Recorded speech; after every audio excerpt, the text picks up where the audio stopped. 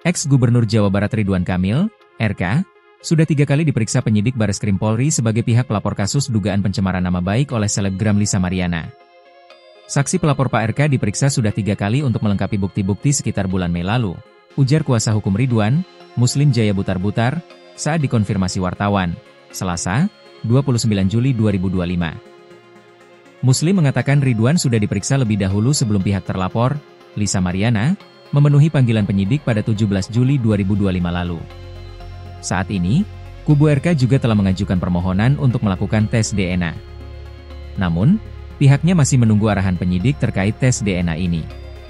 Diberitakan, mantan Gubernur Jawa Barat, Ridwan Kamil, melaporkan selebgram Lisa Mariana ke Bareskrim Polri. Lisa Mariana diduga telah melakukan tindakan pencemaran nama baik terhadap Ridwan Kamil.